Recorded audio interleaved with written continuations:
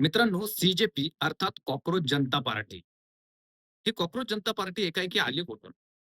बरं आली तर आली आणि जी ज्या पद्धतीने त्यांचं आता आंदोलनं चाललेली आहेत, त्यांचे ज्या ज्या पद्धतीनं आता संपूर्ण भारत देशामध्ये ती पसरत चाललेली आहे. तर या कॉकरोच जनता पार्टीची मूळ ओळख काय? किंवा कॉकरोच जनता पार्टी हे कोणी सोडलेलं एक पिल्लू आहे का? जे थोडे दिवस चालेल आणि त्याच्यानंतर शांत होईल किंवा मॅनेज होईल, असं काही होईल का? असंही आपल्याला पाहता येते. कारण अभिजित दिपके जे याचे संस्थापक मानले जातात. त्या अभिजित दिपकेंचा इतिहास काय आहे? अभिजित दिपके हा व्यक्ती याच्या अगोदर कुठल्या प्रोटेस्टमध्ये होता का? कोणत्या आंदोलनांमध्ये होता का? त्याने आत्तापर्यंत काय कार्य केलेलं आहे? कशा पद्धतीनं तो आजपर्यंत उभा राहिलेला आहे?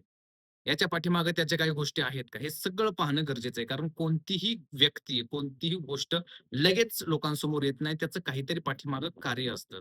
उदाहरण सांगतो मनोज जरांगे पाटलांचं. मनोज जरांगे पाटील हे मागच्या वर्षीपासून आपल्या सगळ्यांना माहिती व्हायला लागलेत. म्हणजे मागच्या 1, 2, 4 वर्षापासून. परंतु त्याच्या पाठीमागे 20 वर्षापासून तर त्यांचा लढा होता. फक्त तो आपल्या समोर येत नव्हता. फक्त तो ज्या पद्धतीने न्यूज चॅनलवाल्यांनी उचलून धरलं त्यांना, ते त्यांच्यावरती हल्ला वगैरे झाला त्यावेळेस तिथून त्यांच्यावरती जो अंतरवाली सराटीत विषय झाला, तेव्हापासून जरांगे पाटील सगळ्यांच्या लक्षात यायला लागले. पण याच्या अगोदर जरांगे पाटील ज्यावेळेस कोणाला माहिती नव्हते. तसंच सी म्हणजेच कॉकरोच जनता पार्टीचा जो काही संस्थापक आहे, अध्यक्ष आहे, अभिजित दिपके याच्या अगोदरच असं काही संघर्ष वगैरे काही नाही. त्यांनी आम आदमी पार्टीमध्ये थोडे दिवस काम केलं होतं. तोच काय तो त्याचा या सगळ्या गोष्टींमधला एक विषय. पण याच अभिजित दिपकेचं पंतप्रधान नरेंद्र मोदींसोबत अमेरिकेमधला एक फोटो त्या ठिकाणी व्हायरल होतोय. आता आणि याच्यावरून असा अंदाज मानला जातोय, की सी अर्थात कॉकरोच जनता पार्टी म्हणजेच अ, अभिजित दिपके हा मॅनेज आहे किंवा त्यानं भारतीय जनता पार्टीसोबत हातमिळवणी केलेली आहे आणि भारतीय जनता पार्टीचाच तो प्रोपगंडा चालवतोय, असं म्हटलं जातंय. आणि हे कितपत खरं आहे आणि काय आहे हेच आपल्याला या व्हिडिओच्या माध्यमातून पाहायचंय. तर नमस्कार मित्रांनो, मी विजय आणि आपण पाहताय बोल की भावा हे आपलं YouTube चॅनल आहे आणि विजय दायगुडे हे आपलं एफ-बी Facebookचं जे पेज आहे, इथून मी तुमच्याशी संपर्क साधतोय. तर मित्रांनो झालंय असं की या कॉकरोच जनता पार्टीच्या सरसंस्थापकांचा इतिहास पाहायला गेला तर त्यांच्या पाठीमागे कुठलंही काही बॅकग्राऊंड सापडत नाही.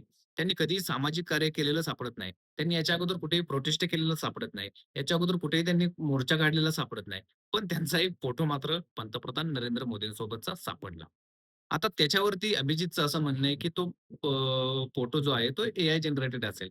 पण तो फोटो एकदम ब्लर वाटतोय, जुना वाटतोय. त्याच्यामुळे काही तो एआयचं आहे असं दिसत तर नाही. वरचेवर तरी त्याच्याबद्दल काही सांगता येत नाही.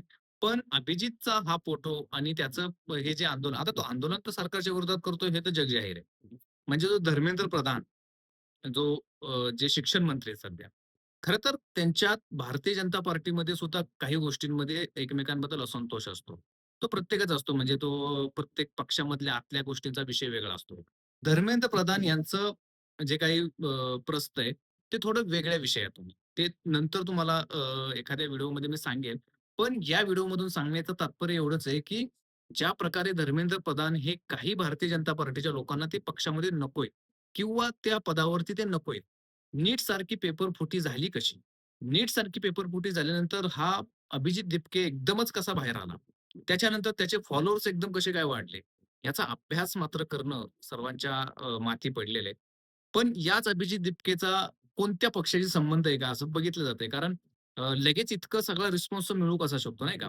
कोणी झाला तरी म्हणजे Insta असेल, Facebook असेल किंवा इतर सगळ्याच माध्यमांवरती त्याला खूप चांगला सपोर्ट मिळाला. लोकांनी उचललं. ते अर्थातच आपल्या सरन्यायाधीशांनी जे काही मुक्ताफळं उधळली होती त्याच्यानंतरच सगळ्या गोष्टी ह्या पुढे आल्या.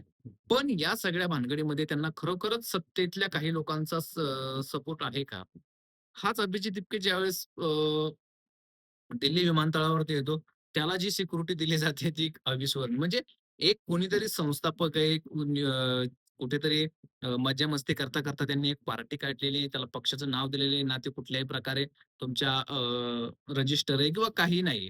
तरीही त्याला राष्ट्रीय म्हणजे अमित शहा जे आपले गृहमंत्री आहेत देशाचे, त्यांनी त्या ठिकाणी चांगली सिक्युरिटी दिली होती.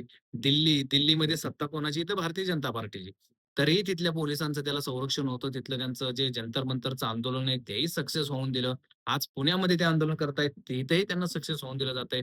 कुठल्याही प्रकारे आडकाठी केली जात नाही. कुठल्याही प्रकारे त्यांच्याबद्दल हे केलं जात नाही आणि याच्यातून मग कुठेतरी एक संशयाचा वाव येतोय, की हे सरकार प्रणीत आहे का?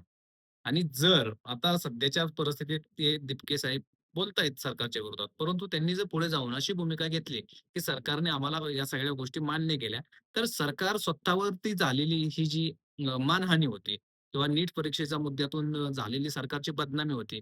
ह्या बदनामीला कसं तरी समोर जाऊन उद्या हा ज्यावेळेस आपण एक विचार करा, की एखाद्या पक्षाचा राजीनामा घ्यायचा सॉरी एखाद्या नेत्याचा राजीनामा घ्यायचा असतो.